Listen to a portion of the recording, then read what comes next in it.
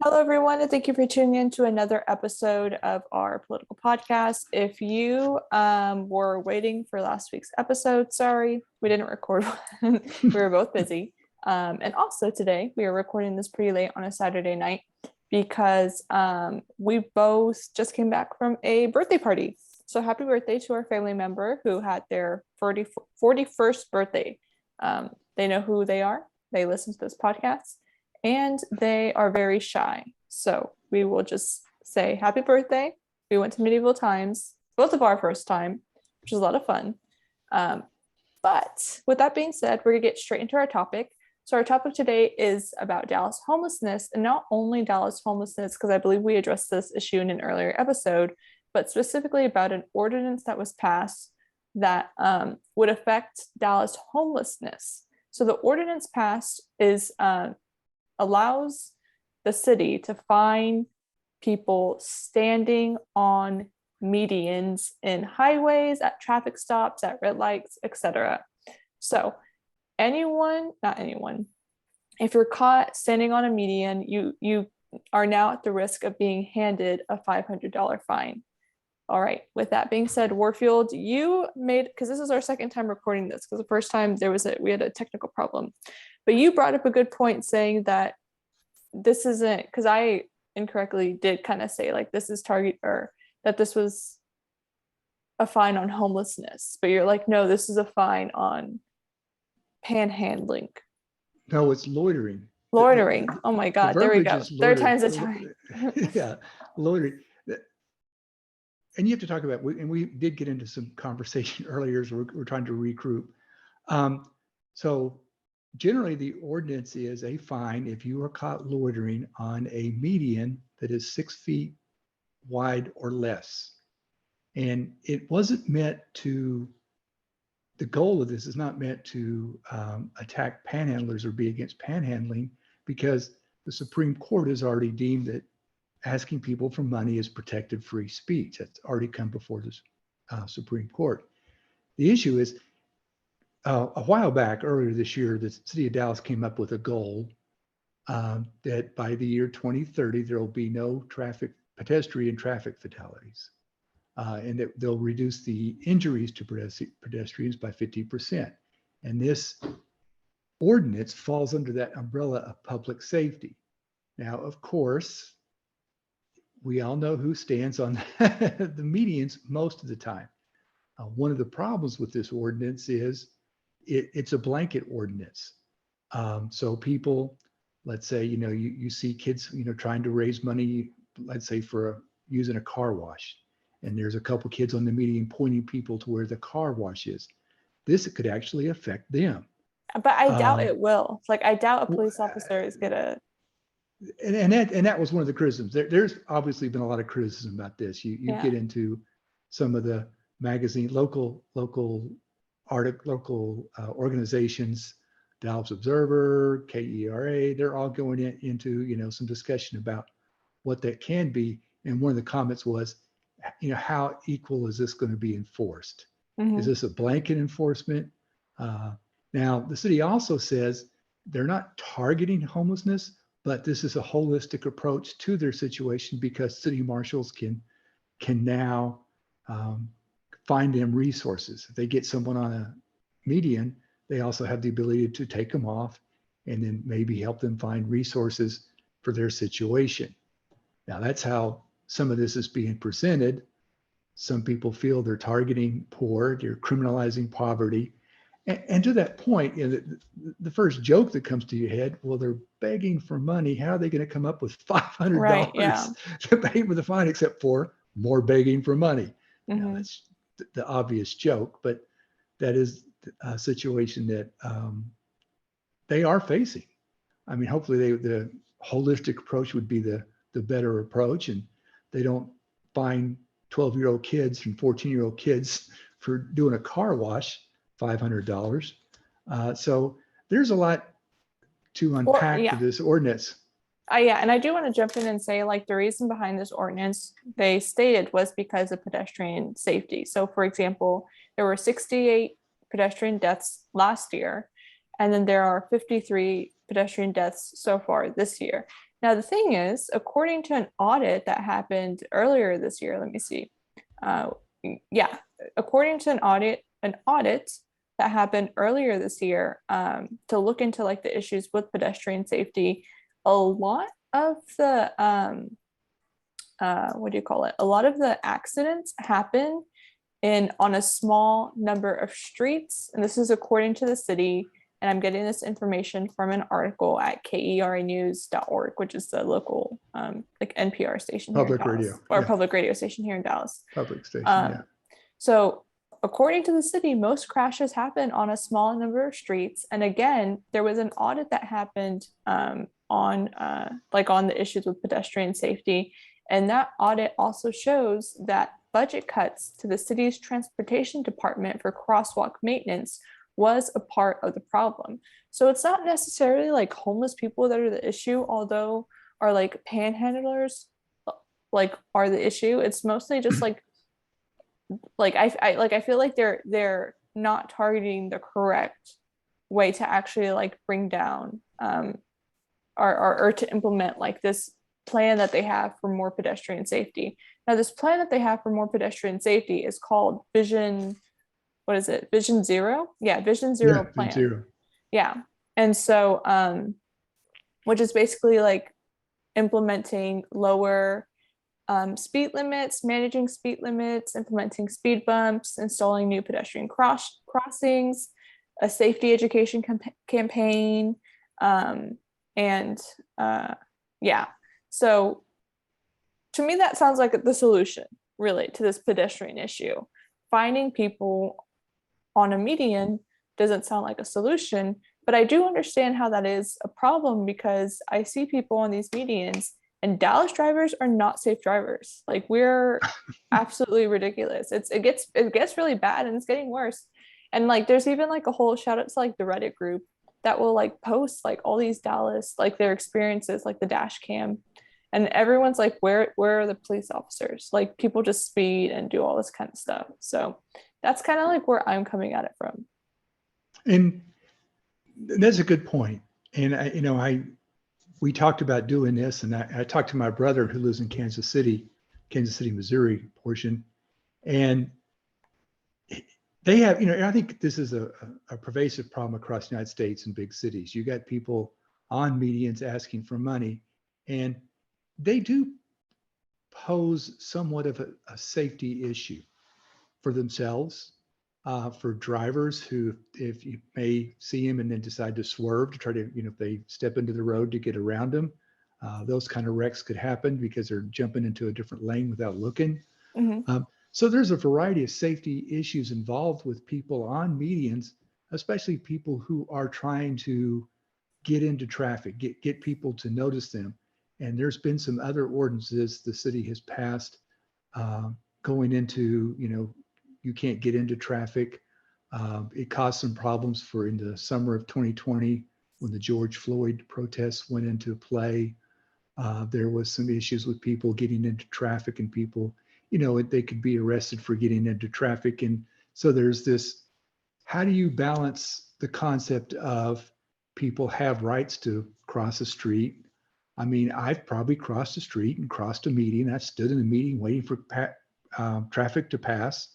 I do some walking in my life. And as you all know, I used to walk to work from when we lived downtown. And so I would cross some streets and I didn't cross at the crosswalks. And that's where most actual pedestrian traffic fatalities are not from people standing in the median, but from people not using crosswalks. So that is more of the true issue we need to address is, not only, it's education, I guess, to make sure people more aware. If you're going to make these changes, like build more crosswalks, get people to slow down, so also get pedestrians to be more cognitive of their own safety in these matters. And a lot of people aren't. I mean, you go around and people run across streets all over the place in Dallas.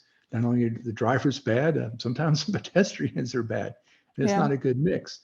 But to arbitrarily decide we're going to fine people $500, and it depends on who you talk to. I mean, is this targeting panhandlers? Is this targeting public safety? the ordinance passed 14-1 or 13-1. I've seen two different numbers in two different articles, but the one person who says, we're targeting the poor, we're criminalizing poverty. And that was the reason why he didn't vote for it. He felt very strongly that this was mainly just to remove panhandlers from the medians.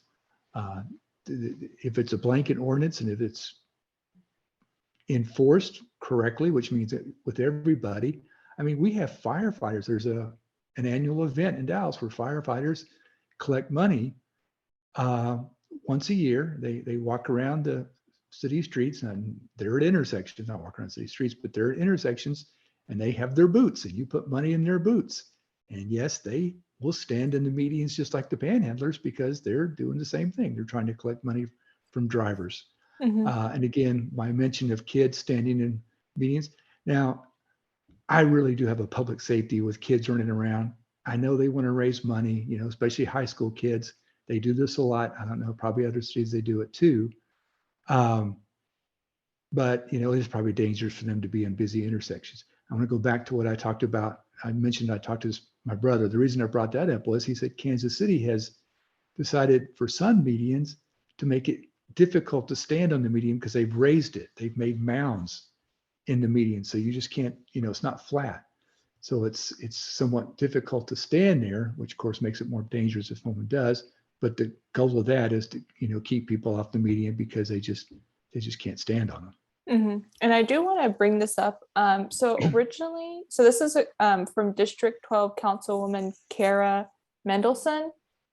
She said that when they were first talking about this ordinance, it began at the city's Government Performances and Financial Management Committee, and it evolved from a panhandling issue to a public safety issue. So so there was a target of some sort in terms of like where this started from. So like from panhandling, okay, how can we make this more? In my mind, this is me just guessing maybe how they talked about making this more like the public, what is it? Not the public, like PR, basically. Like, oh, this gives us a bad look. What can we say to kind of like not give it so much a bad look? Oh, we can say it's a public safety issue. Like that's me just totally guessing and being, what's the word? Like negative. I don't know. About how this could be kind of like switched. What is it when people spin? When there we go. Spin. That's what spin. When they spin it. Spent 2 minutes trying to remember that topic. Sorry, we were at medieval That's big times. in your world. So I know. So my mind is all over the place. So it originally came from this committee called the Government's Performance and Financial Management Committee, targeting panhandling, and then maybe they spinned it to be more of a public safety issue. So that is something that's why I'm kind of like, yeah, once you dig into it a little bit more, you can figure out exactly where this evolved from. But I mean, panhandling, like it is dangerous, so I can't understand that, but I just don't understand how $500 is going to resolve the issue. It's not 500, like that's my main point of contention with this issue, is that you're trying to solve something and there's no, like, this is not the way you solve it. So that's why I'm kind of like, that's why I wanted to talk about this as a podcast topic, because it's like a $500 fine trying to solve an issue of pedestrian safety doesn't sound at all effective. And that's like half of my like waste.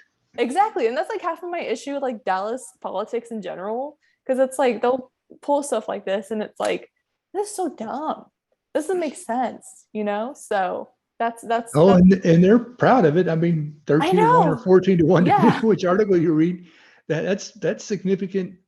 That's a significant people buying into this. And again, it's the blanket enforcement. Again, there was a little bit of talk about, well, the city marshals can pull them aside and help them find resources for the people that's actually poor, they're actually panhandling because they need the money. So how is this played out? And there's not, in the articles I've read or that spell out the two ordinances. There's one that makes it illegal and one allows the city marshals to enforce the fine. Um, it doesn't give a lot of find the resource direction in the ordinance, Mhm. So it's hard to get a good handle on exactly what the city council was actually trying to do with this. Mhm. Because to your point about, it was targeting panhandling at first, but then they threw it under the umbrella of Pedestrian the safety. goal, pedestrian safety and public safety. And that's a good goal. Let's back up. When the city of Dallas said we wanted by the year 2030 not have any pedestrian traffic fatalities, that's a good goal. But how effective is this ordinance going to be?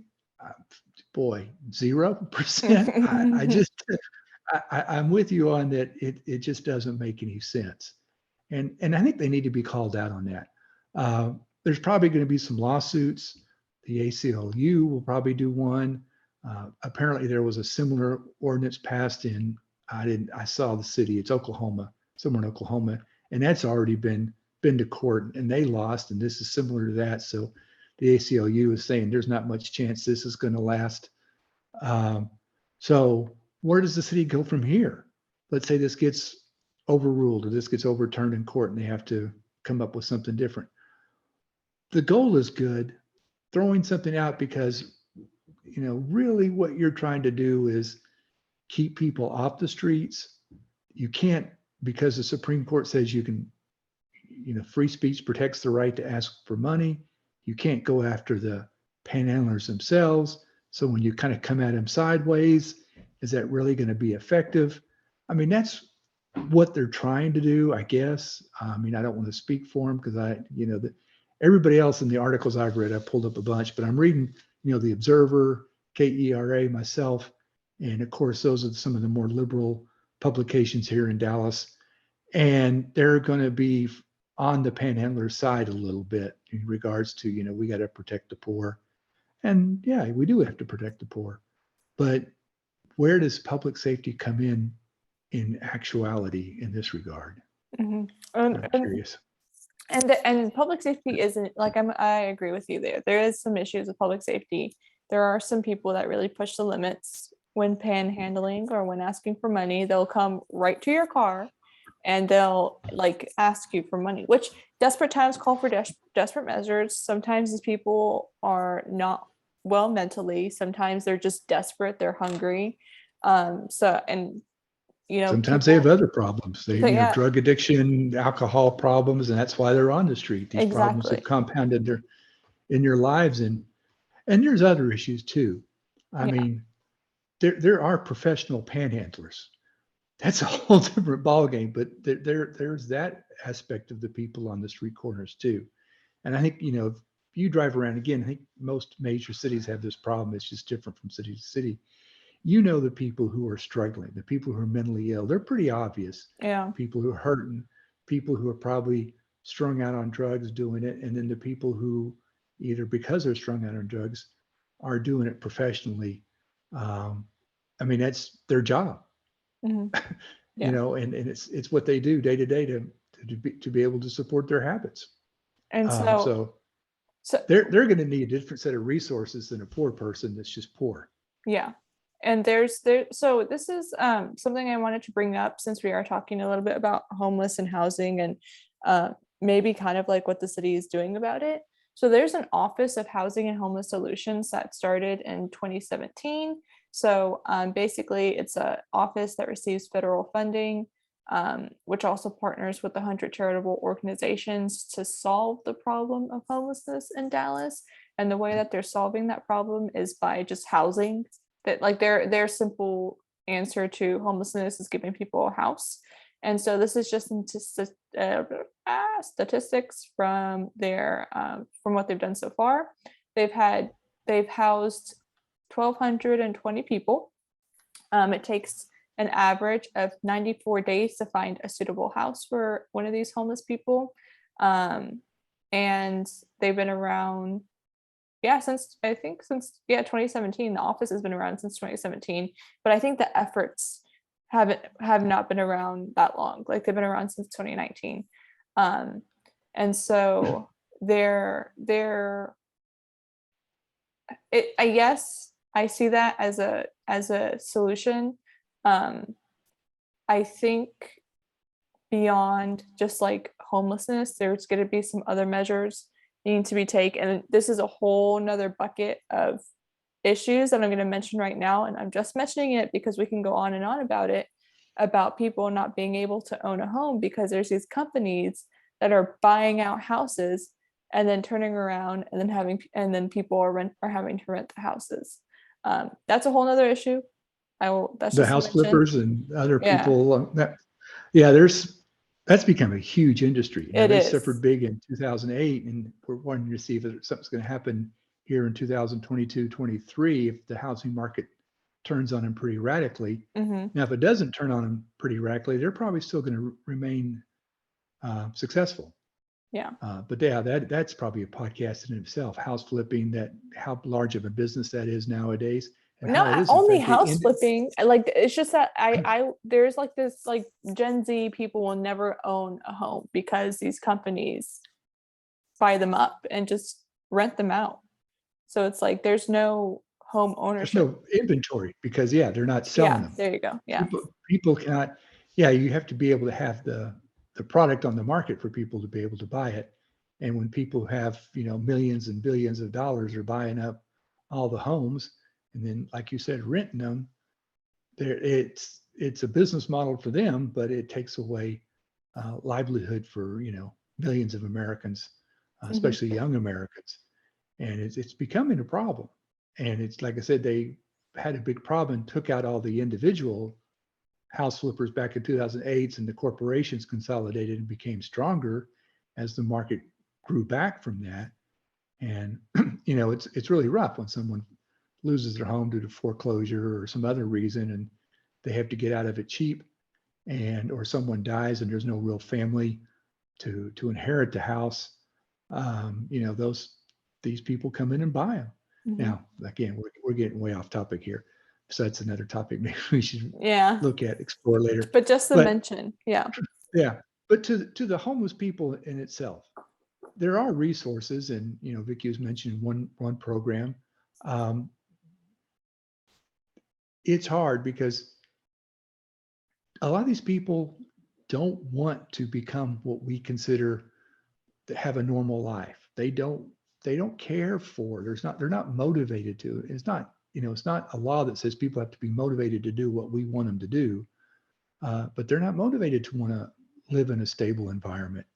They drift for a reason. Some of them are just drifters. Some of them have drug problems. And maybe if they were to overcome their drug problems, they might want to get back into what we would call a more stable environment. Some of them are mentally ill, and they'll never. And we leave those people in the lurch a lot of times because there's not good help for the chronically mentally ill. Homeless. There just isn't. Mm-hmm. And so they become homeless because they quit taking their medicine, or they've never taken medicine, or they've never done anything to get into a system where they can be addressed. But back to our original point, finding someone $500 for standing on a median, how enforceable is this? How enforced is it going to be? That's what we're going to find out over the next year. Will there be legal challenges? Oh yes, there will be legal challenges. This one's too easy. And so we're stuck with, were they honestly trying to move this into public safety and do something with it? Or did they just make a bad left turn because they want to try to get rid of panhandling? I will leave those two sides of the coin up for the viewer to decide, or the listener. So thank you everyone for joining us in our lovely fall cabin with our fire in the background this way. Where is it? There we go. Fire and our fall leaves, and my dad, who is also simultaneously transported in a different dimension, a different area. So yeah.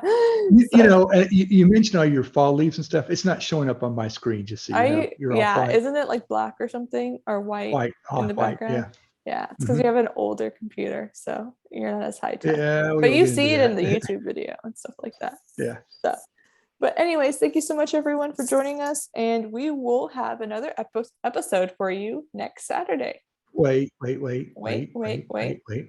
I want to publicly thank my daughter who Oh, yeah. treated me to a Mavericks game earlier this week. We That's had a great right. time.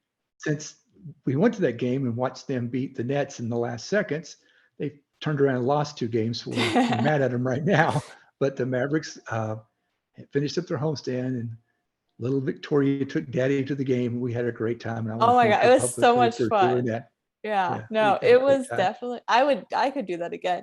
We sat Yeah, right most behind the definitely. Mavericks. We sat, Yeah, we what, got 2 pictures of, rows behind the Mavericks. so And yeah, we even, you were talking to, you're like, that's Mark Cuban. You were more excited about Mark Cuban than the Dallas Mavericks. I was not. He was right there, and we could stare at him. We could have yelled at him and made fun of him, and he could have No, hurt us and had us thrown out. I know. So I was like, I was surprised that like the people around it. So the people in front of us were very into the Mavericks, but everyone else was kind of low key. So I was like, Yeah, okay. we enjoyed it. We yelled, we screamed, we stood, Yeah. Yeah, we did. It we was a lot of clapped. fun. And we It won. was a lot of fun, and we won, even though the Mavericks almost blew it. But Yeah. Kevin Yeah. Durant, Mr. Free Throw, and thank you, Kevin. And yeah, and as much as I love the Mavericks, it was pretty cool to see like Kevin Durant play in person. You know, like Yeah, he's that like one of too. those, yeah, legendary players that it's like, okay, this is pretty cool to see him play. And we did. He did get in a little tiff with one of the players, Luca. the infamous Theo Benson, on the Dallas bench. Oh, And he that's turned right. around He and did. He did. he got in a tiff with Theo, and he turned around, and we got to see Kevin Durant get mad at the Dallas Yeah, bench he did. Because it because he was was only like, about 20 feet away. exactly. So it looked like he was kind of like an R eyesight or whatever. That was crazy. But It yeah. was a lot of fun, but it was a good game. The Anyways, Nets if you played want a to good make game. if you want to give us a Christmas gift, Mavericks tickets are always a good Christmas gift. Okay. All right, everyone. We are done bragging about our game. We will talk to Yeah. you next Saturday.